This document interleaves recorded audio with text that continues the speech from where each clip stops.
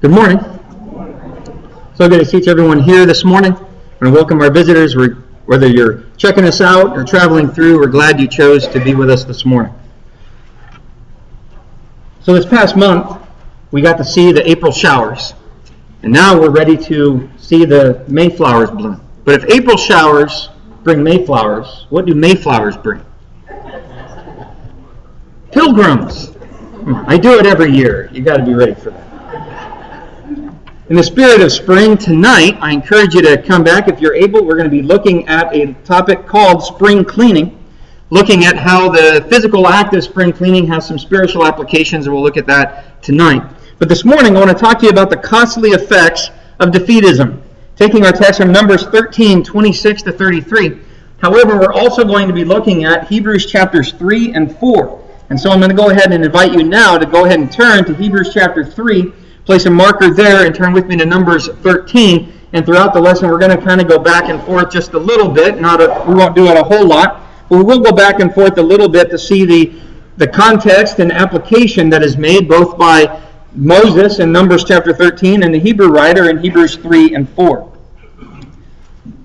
How many of you have heard Nike's slogan, copyrighted back in 1988, "Just Do It"? You can probably see the logo in your head, what they call the swoosh, and the words "Just Do It." There are lots of examples we have in the Scriptures of men and women alike who had that attitude of "just do it." And there are those that did not. And so we find that the Word of God contains examples of characters known for their great or their not so great deeds. We're going to look at these names and ask yourselves, do you remember these names? Do you recognize these names? Can you look at these names and say they're associated with some great deed, something that God said held them up as an example of faith and trust in Him? Do you recognize these 10 names? What about if we added in these two names, Joshua and Caleb? What about now? Do you recognize, maybe you don't recognize the 10 names, but you know what they represent, these 12 names together? Maybe you're thinking back to Numbers 13 and Moses has led the people to the border of Canaan land, the promised land that God has promised to give them. And God is saying, go up and take it. But the people come to Moses saying, we want to send in spies to scout it out. So Moses selects one man from each tribe and sends the men to scout the land. And they're called the 12 spies, right? And they come back and they bring a branch that they have to carry between two men with clusters of grapes. They bring pomegranates and figs. And they're going to give a report to Moses. But why did you not recognize those 10 names? Because they didn't do something great. They're going to be defeatists. They're going to have an attitude of defeat before it ever began. So we're going to talk about what it means to be a defeatist and why God condemns it. The Scriptures provide examples of courage and faithfulness. But the Scriptures also provide examples of those who were defeatists. What that means is an individual who gave up before ever even trying. Now, before we look at this, we want to make sure we understand what defeatism is not. This is not talking about someone that makes a tactical retreat in order to live and fight another day. There have been great armies. The strongest armies in the world all have had to make, at some point in time, a tactical retreat. That's not a surrender. That's not a defeat. It's a tactical retreat so they can come back and fight, maybe stronger, better than ever. It's not talking about an army after having fought hard to finally end up surrendering. There have been many armies throughout time that through blood, sweat, and tears finally realized they were outmatched or just wanted the bloodshed to end, and so they surrendered. We're not talking about that. Webster's defines defeatism as this: the fact of being defeated, a person who too readily accepts or expects defeat. Think about that. The person who too readily accepts or expects defeat. This is talking about a person that accepts defeat before that hard-won battle is ever fought, that hard-lost battle is ever fought. We're not going to be talking about people who question their own abilities and say, I don't want to get up and do something that I've never done before. And they're scared to do it. that's a whole other thing. But that's not what a defeatist is. A defeatist, especially as defined in the Scriptures, is someone who had the ability, had every reason in the world to do it, but didn't. Gave up before it ever started. And we're going to look at two specific examples. And then we're going to look at examples of people who had the opposite spirit. The kind of people that we're called upon to be like. But some people fully expect that defeat is inevitable, and they give up before it even begins. And we're going to find God using a couple different phrases to describe these things. When we take that from the physical side and we apply it because it so easily filters into our spiritual lives, we're going to see God condemn it as sin. He's going to call it unbelief, unfaithfulness. He's going to call, in fact, one example we're going to look at, he calls them lazy and worthless. We need to understand as we begin a lesson such as this, that as a man thinks within himself, so he will become, or already is. The Scriptures make this clear. We're going to go through these briefly. I want to get into Numbers 13. But in Proverbs 4:23, it says, watch over your heart with all diligence, for from it flow the springs of life. Proverbs 23:7, for as he thinks within himself, so he is. Jesus said in Matthew 6:21, for where your treasure is, there your heart will be also.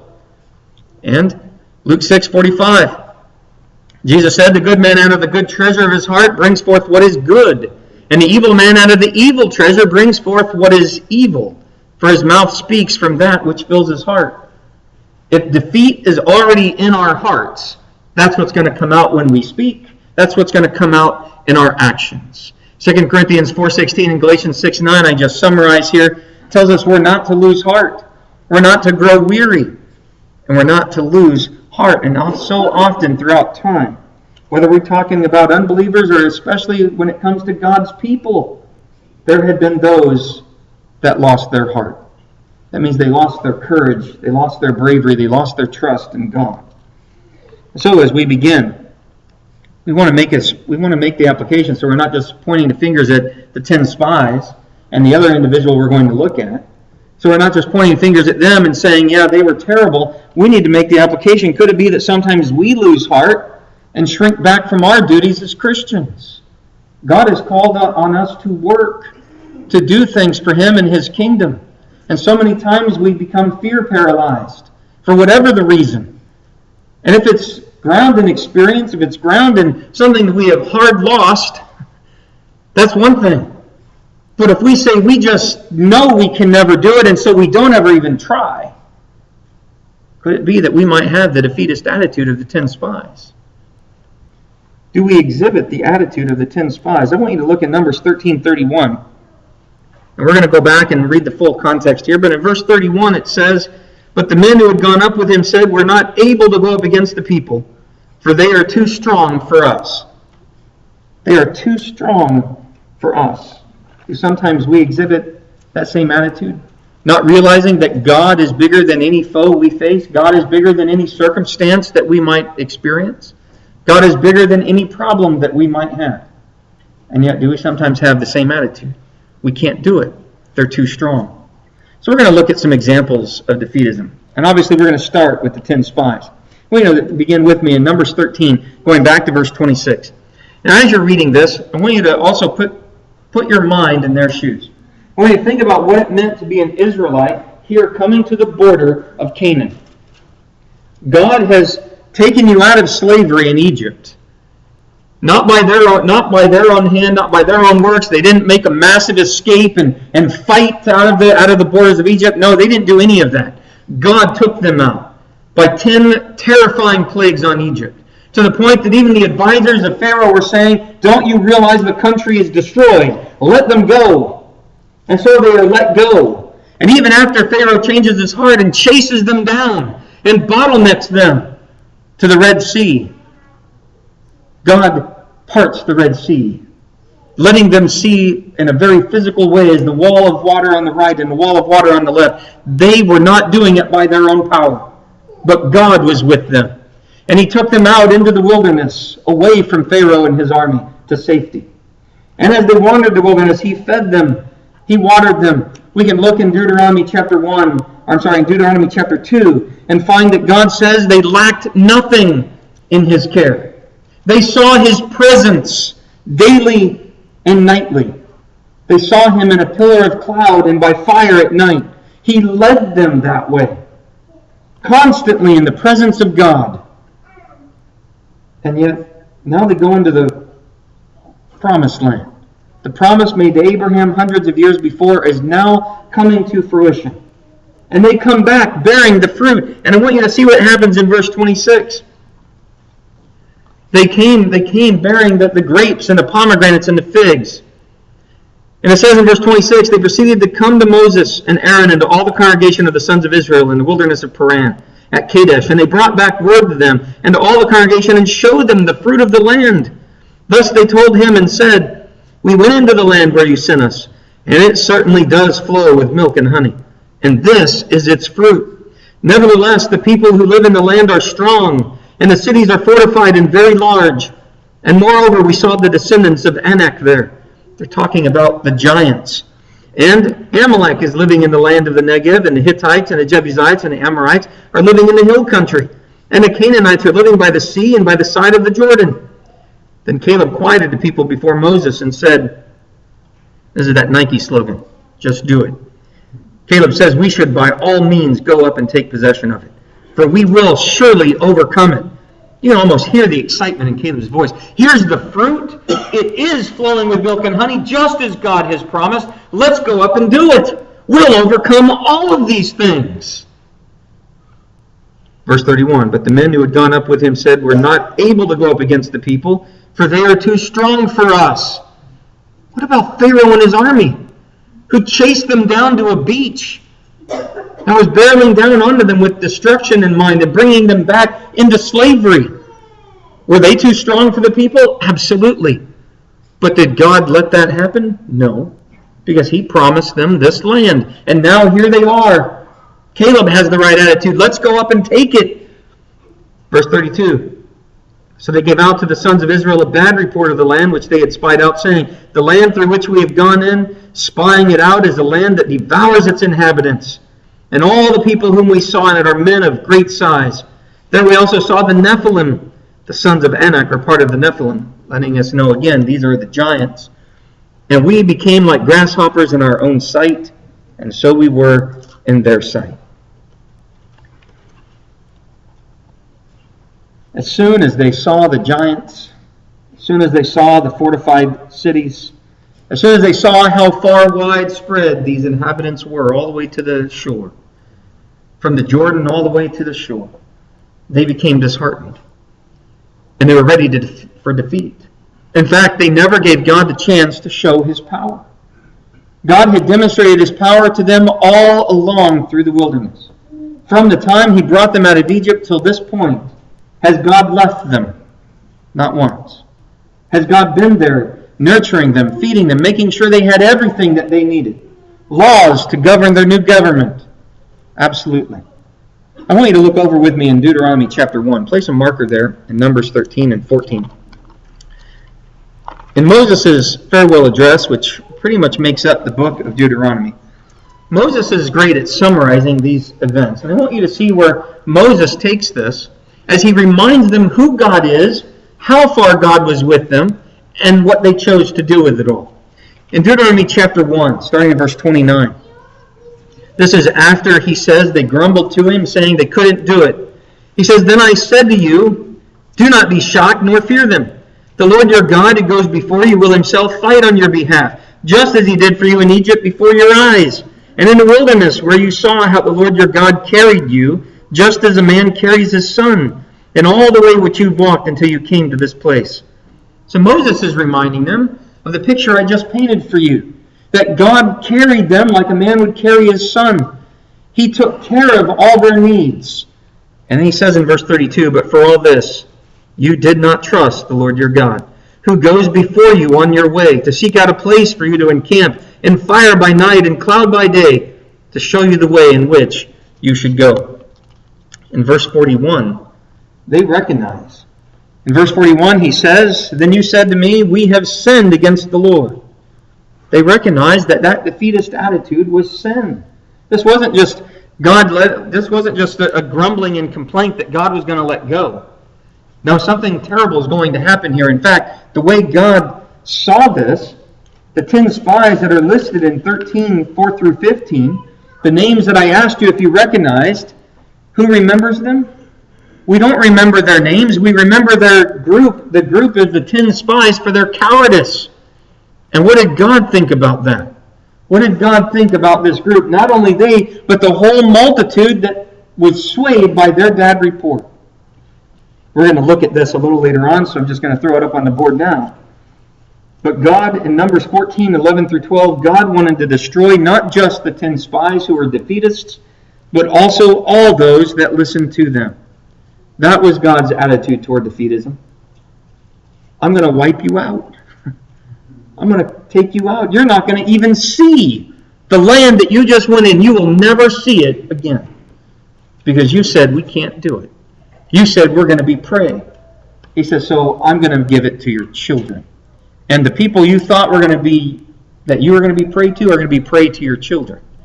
That's what God thought of the attitude of those who gave up without even trying. But as Moses pointed out, it wasn't just the giving up without trying, without any history or precedent. This was giving up without trying, knowing that God was for them, that God would go before them. Moses points out that he told them what was going to happen. And that presumptuous sin, as we're going to read later, that they caused a presumptuous sin. That means a willful sin. They were warned against it, and they did it anyway. The one-talent man over in Matthew chapter 25. Go ahead and let's turn to Matthew chapter 25. Matthew chapter 25. It says the parable of the talents that Jesus is giving right before he talks about the end time, how to expect the king to come and gather the nations, the small and the great, in verse 31. He talks about the men given talents and how they were to be ready for the master's return. So he talks about one man is given 5 talents in verse 15, and in verse 16 he turns those 5 talents into 10, and in verse 20 when the master returns, the master says, well done, good and faithful slave. He says, enter into the joy of your master. And then the 2-talent man, he was given 2 in verse 15.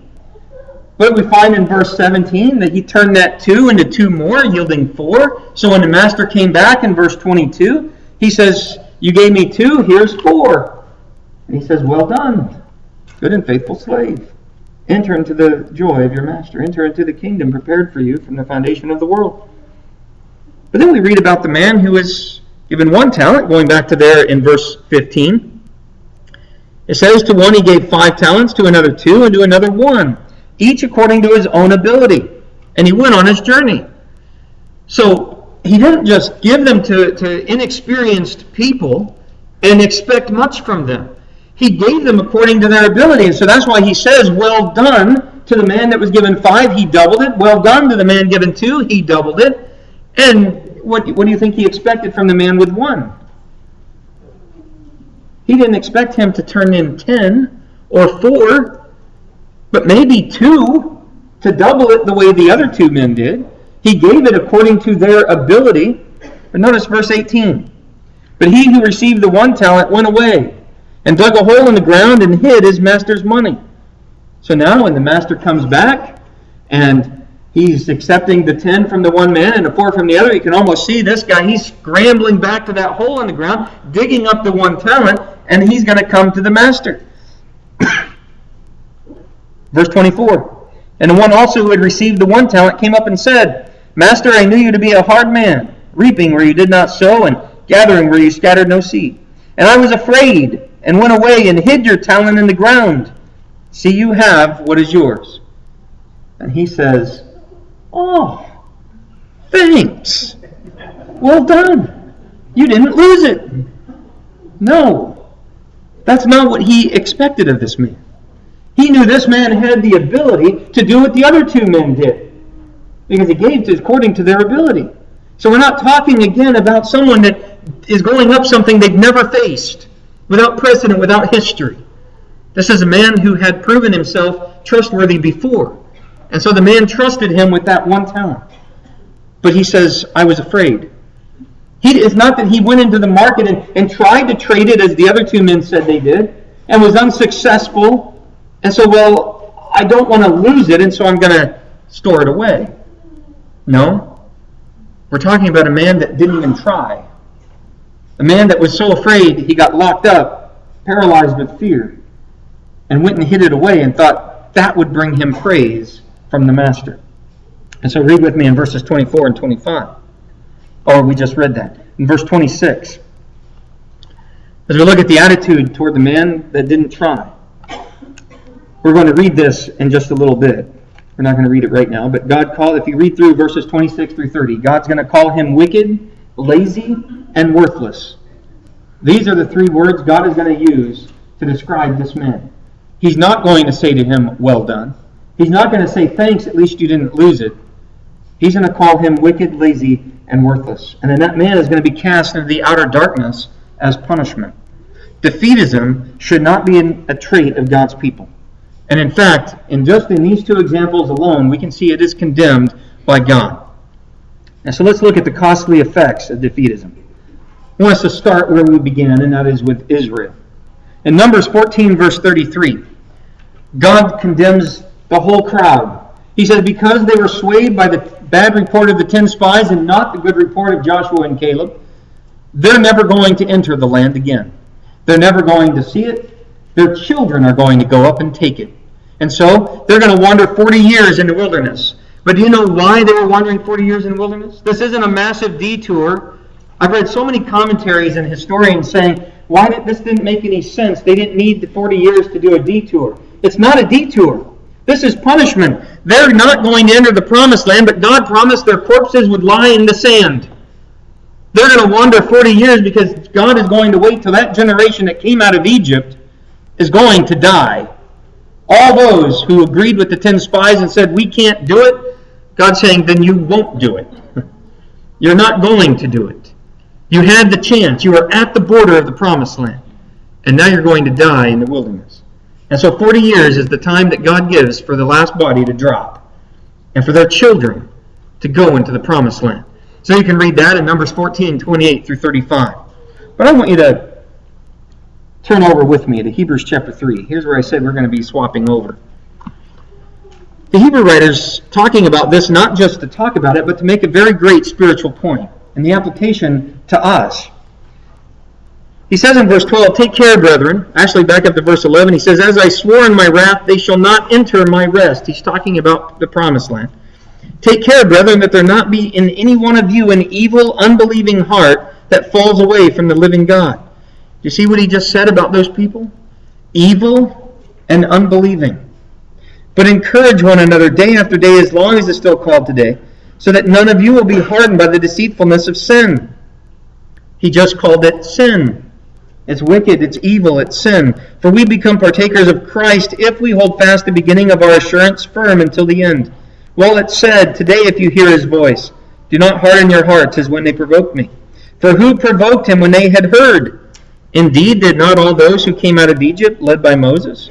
And with whom was he angry for 40 years? Was it not with those who sinned, whose bodies fell in the wilderness? And to whom did he swear they would not enter his rest, but to those who were disobedient? He just said those 10 spies, and then all those that were swayed by them were disobedient. So we see they were not able to enter because of unbelief. Because of unbelief. So not only were they condemned to 40 years of wandering in the wilderness, not only were the multitude condemned to die in the wilderness, but the 10 spies were destroyed right then and there. I want you to go back with me to Numbers 14. And this time reading verses 36 and 37. At the end, as God tells them what's about to happen and the punishment that is doled out.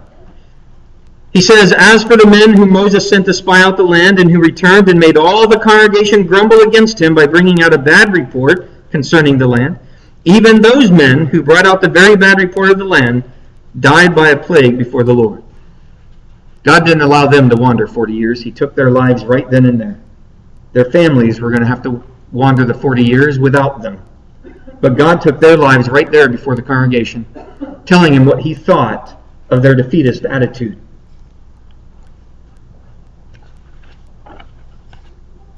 What about the one-talent man? What was his costly effect? I want you to go back with me to Matthew 25. Matthew 25, starting in verse 26, as I pointed out earlier. But his master answered and said to him, "You wicked, lazy slave, you knew that I reap where I did not sow and gather where I scattered no seed." He's saying, you knew what I expected of you. You were to do those things, and you did none of it. Verse 27, "Then you ought to have put my money in the bank, and on my arrival I would have received my money back with interest." So he's telling him, even if you didn't have the ability, or even if you were afraid to go into the market and try to trade, what you should have done was at least had it gain interest, so you had something to show for it for the time that I was gone. But you did nothing with it. So he says in verse 28, "Therefore take away the talent from him, and give it to the one who has the 10 talents. For to everyone who has, more shall be given, and he will have an abundance. But from the one who does not have, even what he does have shall be taken away. Throw out the worthless slave into the outer darkness. In that place there will be weeping and gnashing of teeth." He was called wicked and lazy. He lost what he had, and he was called worthless and cast into the outer darkness. This was the costly effect of defeatism for this man in Jesus' parable. And he's telling us, as he then goes into verse 31, saying there's going to come a day that the king is going to gather all the nations, the small and the great, and they're going to give an account to the king for what they've done. And the sheep to his right, the goat separated to his left. This parable is telling us what we do in life with the things and the abilities that God has given us is important. That we can't just sit on it. That it doesn't even matter if we are afraid and we decide we're not going to use it. God says do something with it. So there's something to show in return. The costly effects of defeatism today. One might fail to develop fully and move forward. Hebrews chapter 10, 35 to 39. We're going to read this passage later. So I encourage you to either read it now and place a marker there for later. But here is where the Hebrew writer tells his audience that despite all that they were suffering, now is not the time to throw away their confidence. Now is not the time to throw away their great reward, but to have endurance. Because God is not pleased with the one that shrinks back, but the one who perseveres to the saving of their souls. Costly effects of defeatism today is the spread of truth is held back. In 2 Timothy 1, 7 to 13, we don't have time this morning to read this passage, but I encourage you to do so. It starts out saying, we don't have a spirit of timidity. God has not given us a spirit of timidity, and we're not to be cowards. We are to spread the truth in all assurance and confidence. We're to spread the truth so that others can be snatched from the fire. Souls that may have been saved are lost when we have a defeatist attitude of, I can't spread the gospel. I can't teach. There are other ways you can do it. Maybe you're not good one-on-one. But maybe you're like Andrew or Philip and know how to lead someone else to Jesus. Maybe you can lead them to someone who can teach them better than you can. Maybe that's all it takes is you to lead them to where they need to go. Or live your life in such a way that you are that shining light, that you are that example. There are many ways we can reach the lost. But when we have that defeatist attitude today, souls that may be saved around us will be lost. We're told in 2 Timothy 2, 24 to 26 and Jude 22 to 23, we're to be able to teach. We're able to snatch them from the snare of the devil, snatch them from the fire, as Jude says. There in 2 Timothy 1, 7 to 13 tells us we're to retain the standard of sound words. We can't do that and be timid or cowardly. We have to be bold and strong in order to do that. Defeatist Christians will not be able to enter the eternal rest with God. Our souls depend on us not having the attitude of the 10 spies. Look with me in Hebrews chapter 3. I did what I told you not to do. I removed my marker. So bear with me. Hebrews chapter 3, we're going to start reading in verse 12. Take care, brethren, that there not be in any one of you an evil, unbelieving heart that falls away from the living God. But encourage one another day after day, as long as it's still called today, so that none of you will be hardened by the deceitfulness of sin. And then after talking about, as the Hebrew writer asks, who was it that caused God's wrath? Who was it upon whom the wrath of God fell? And he answers those questions. They were the multitude that had everything, and they gave it all up. Notice what he says there in chapter 4 and verse 1. Therefore, That therefore is there to let us know not to be like them. Right? So therefore let us fear, if while a promise remains of entering his rest, if any one of you may seem to have come short of it. For indeed we have had good news preached to us, just as they also. But the word they heard did not profit them, because it was not united by faith in those who heard. Again, he's equating that unbelief, that disbelieving spirit of unbelief and not trust in God as the cause of them not entering the promised land. And now in using that promised land as an analogy for heaven, he's talking about us. We need to make sure we enter his rest. Look in verse 11. Therefore let us be diligent to enter that rest, so that no one will fall through following the same example of disobedience. And I encourage you, if you have not in a while, to read through verses 1 through 11 of chapter 4 of Hebrews. He's making the application of what the 10 spies means for us today. And not only the 10 spies, but the whole multitude that went with their bad report. He says they didn't get to enter God's rest. But make sure there's not an attitude of that in you, so you don't fall away, and so that you might enter that rest. Defeatism has costly effects. It can cost one their soul's rest with God. Real briefly, I just want to look at examples of the opposite spirit. In Numbers chapter 14, verse 24, it tells us that Caleb had a different spirit, and so he would enter the land. God says Joshua, who was going to lead the people after Moses, he would enter the land. So Caleb and Joshua in Numbers 14, 6-10, says Joshua the son of Nun and Caleb the son of Jephunneh, of those who had spied out the land, tore their clothes. And they spoke to all the congregation of the sons of Israel, saying, the land which we passed through to spy out is an exceedingly good land. If the Lord is pleased with us, then he'll bring us into the land and give it to us, a land which flows with milk and honey. Only do not rebel against the Lord, and do not fear the people of the land, for they will be our prey. Their protection has been removed from them, and the Lord is with us. Do not fear them. But all the congregation said to stone them with stones. Then the glory of the Lord appeared in the tent of meeting to all the sons of Israel. I want you to see that they had a chance. Even after listening to the bad report, or told at the end of chapter 30 or chapter 13 that they went with them, Joshua and Caleb tell them what God will do for them. And God gives them a chance to listen to Joshua and Caleb and change their mind. But when they go so far to say, let's kill them, that's when the glory of God appears and starts telling Moses what's going to happen. Joshua and Caleb had that can-do attitude, that just do it, like Nike says. They said, let's just do it. God's given it to us. They're nothing. Did you notice what Joshua and Caleb said? God's removed their protection. Their day has come, and it's time for us to inherit the land. What about Abraham? In Romans 4, 19-22, verse 16 tells us Abraham did not lose heart in the face of the seemingly impossible, but his faith only grew stronger, and he's credited as righteousness. It says in Romans 4, 19-22, without becoming weak in faith, he contemplated his own body, now as good as dead since he was about 100 years old, and the deadness of Sarah's womb. Yet with respect to the promise of God, he did not waver in unbelief, but grew strong in faith, giving glory to God. And being fully assured that what God had promised, he was able also to perform. Therefore it was also credited to him as righteousness. What about the apostles? Abraham didn't lose heart in the face of seemingly impossible odds, but his faith grew stronger. What about the apostles? Their charge was a great one. In Acts 1:8, Jesus said, but you will receive power when the Holy Spirit's come upon you, and you shall be my witnesses both in Jerusalem, in all Judea and Samaria, even to the remotest part of the earth.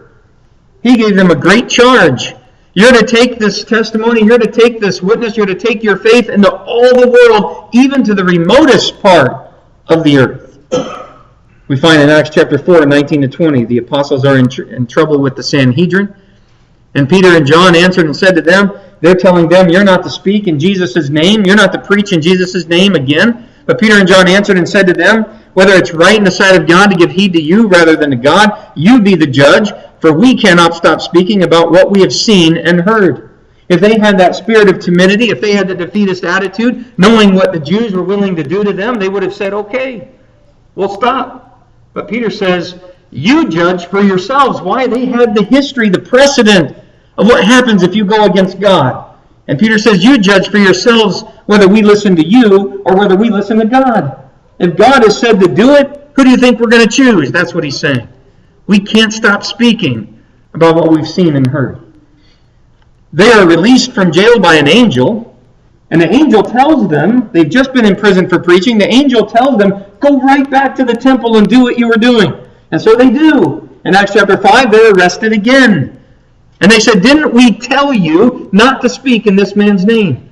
Acts 5:29, but Peter and the apostles answered. Again, Peter and John, Peter and the apostles, they're all standing together as one. And they answered, we must obey God rather than men. That's the attitude we are to have. We need to obey God rather than men. We can see their total determination. There are only 12 of them. And they were told to go into all the world, teaching the people of all the different nations, and make disciples of them. What an incredible charge. And yet we can read the church growing by leaps and bounds. How many Christians were there in the first century? Enough that by Nero's time, he felt Rome was challenged. By Domitian's time, at the close of the century, they felt Rome was being challenged because Christianity introduced something foreign to Roman culture, morality, an idea of a heaven if you be the righteous kind of person. And Christianity spread. In the face of persecution, beatings, and imprisonment, their faith was such they had to obey God rather than men. What about the Apostle Paul? He had a tremendous sense of responsibility. In Romans 1:16, he says, for I'm not ashamed of the gospel, for it is the power of God for salvation to everyone who believes, to the Jew first and also to the Greek. He was not ashamed of the gospel, and he was going to suffer for it. In 1 Corinthians 9, verse 16, his life was devoted to the preaching of the gospel. He said, for if I preach the gospel, I have nothing to boast of, for I am under compulsion. For woe is me if I do not preach the gospel. He said he couldn't help it but to preach it once he saw and came face to face with Jesus. And you can see his absolute confidence in 2 Corinthians chapter 12, 7 to 10. But we'll summarize by reading the last part of that in verse 10. Therefore I am well content with weaknesses, with insults, with distresses, with persecutions, with difficulties, for Christ's sake. For when I am weak, then I am strong. We're told in verses 7 and 9 that he'd asked God 3 times to remove a thorn in the flesh, but that Jesus told him, my grace is sufficient for you, for power is perfected in weakness. So he says, I'm well content with weaknesses, with insults, with distresses, with persecutions, with difficulties for Christ's sake. For when I am weak, then I am strong. And we do not see a defeatist attitude in Paul. You can read 2 Corinthians chapter 11, and I encourage you to do so on your own, to see the different beatings and troubles that he faced. He sums it up by saying there is danger around every corner. And yet he went. And he went where God sent. God's people are to have bold faith, bold courage in the face of great adversity. That we might be like God's people in times past. We can be like Joshua and Caleb, Abraham, the apostles, and the apostle Paul, and realize that God is bigger than any of those problems we might face. God is bigger than anything that is in our way. Just as Joshua and Caleb said, their protection is removed from them. If God wills it, we will overcome it. But we need to have the attitude that we're going to do it. The defeatist attitude is one who shrinks back, and God condemns such an attitude. In Hebrews 10, 35 to 39, therefore do not throw away your confidence, which has a great reward. For you have need of endurance, so that when you've done the will of God, you may receive what was promised. For yet in a very little while he who is coming will come, and will not delay. But my righteous one shall live by faith, and if he shrinks back, my soul has no pleasure in him. But we're not of those who shrink back to destruction, but of those who have faith to the preservation or the preserving of the soul. We're not of those who shrink back to destruction. That is, if we have the spirit of Joshua and Caleb. That is, if we have the spirit of Abraham, the apostles, and so many others we can read about. We need to have a strong faith, one that's not ashamed and full confidence in God. If you're still in Hebrews, I want you to look with me in Hebrews chapter 3 and verse 14. For we have become partakers of Christ, if we hold fast the beginning of our assurance firm until the end. firm until the end. That's where we need to have it. The only thing we surrender is ourself to Jesus. That's the only surrendering we ought to do in this life. Jesus said in Matthew 11:28-30, "Come unto me, all you who are weary and heavy laden." Those who think they're having a bad day. Those who think the workday took its toll and they're weak, they're sore, they're weary. Jesus says, I'm talking to you. Come to me. Learn from me. For my yoke is easy and my burden is light. And he says, I will give rest to your soul. That rest can only be entered through Jesus. He says, come unto me. 2 Corinthians 10:5 says, we take every thought captive to Christ. But I like how Paul puts it in Galatians 2:20. I have been crucified with Christ, and it is no longer I who live, but Christ lives in me. And the life which I now live in the flesh, I live by faith in the Son of God, who loved me and gave himself up for me. In just a minute, we're going to be singing number 493. I invite you to open your songbooks and just read with me the stanzas that we're about to sing. And I want you to think about the position God's people were in, standing at the border of the Promised Land, and where we are now, standing at the border of heaven, knowing that Jesus says, I will give you rest. The Hebrew writer says, make sure none of you fall and not enter into that eternal rest. Notice what's at stake. The first stanza of 493 says, all to Jesus I surrender. All to him I freely give. I will ever love and trust him. In his presence daily live. The Israelites lived in his presence daily. Moses reminded them of that in Deuteronomy chapter 1 as we read. A pillar of cloud by day, and fire by night. Constantly in his presence. Their food, their water came from God. And they made a choice to surrender everything to him and trust him as Joshua and Caleb said to do, or to be defeated. This song is reminding us we're to give him all of ourselves freely. Ever love him, ever trust him, and in his presence daily live. Stanza 2, all to Jesus I surrender. Humbly at his feet I bow. Worldly pleasure is all forsaken. Take me, Jesus, take me now. Stanza 3, all to Jesus I surrender. Lord, I give myself to thee. Fill me with thy love and power. Let thy blessing fall on me. God was ready to bless the assembly of Israel. He was ready to bless them in the fulfillment that promise he made to Abraham. And they spurned it. And so it would fall to their children. God is ready to bless us. If we have that spirit of not shrinking back, if we have that faith that will preserve our souls, we're to trust God, surrender ourselves to the one who holds our souls in his hands. He's the one we surrender to. Not to ourselves, not to our fears, not to whatever faces us, but surrender yourselves to God. We need to remember that we work mightily for the Lord. Ecclesiastes 9:10 says, whatever your hand finds to do, do it with all your might. Colossians 3:23-24 says nearly the same thing and tells us it's not man we work for Jesus. And so we're to have faith to the end, as we read in Hebrews 3:13-15, and that faith until death, as Jesus told the church at Smyrna in Revelation 2 and verse 10. So the question before us this morning, do you act like defeatists? Do you act like the 10 non-memorable spies? Remember I asked you, did you recognize their names? I saw a lot of wagging of the heads. No. But when we lump them together and say the 10 spies, oh yeah, we remember them. And we remember them for the sad condition that they brought upon themselves and the entire multitude that went with them.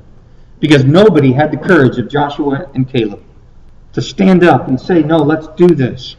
They should have been strapping on their swords and racing to the border, ready for God to say, go. We need to have that attitude. We need to be like Joshua and Caleb and the apostles. So do you have that defeatist attitude? Or do you have the faith of Joshua and Caleb, of the apostles, of David who ran to danger, the giant that stood Israel off for 40 days, and David ran to him, saying the battle is the Lord's. Let us have that attitude, that God will reward the faithful and he will punish the unfaithful. Let us not have that spirit of disobedience in us that will cause us to fall away and not enter his eternal rest. But let us have that can-do attitude that says, Lord, I go where you send. Lord, let's do it. If you're not a Christian this morning, I encourage you to become one. It begins with the attitude that you need to become a member of God's family, that you surrender all to Jesus. that you repent of your sins and you're baptized into His name.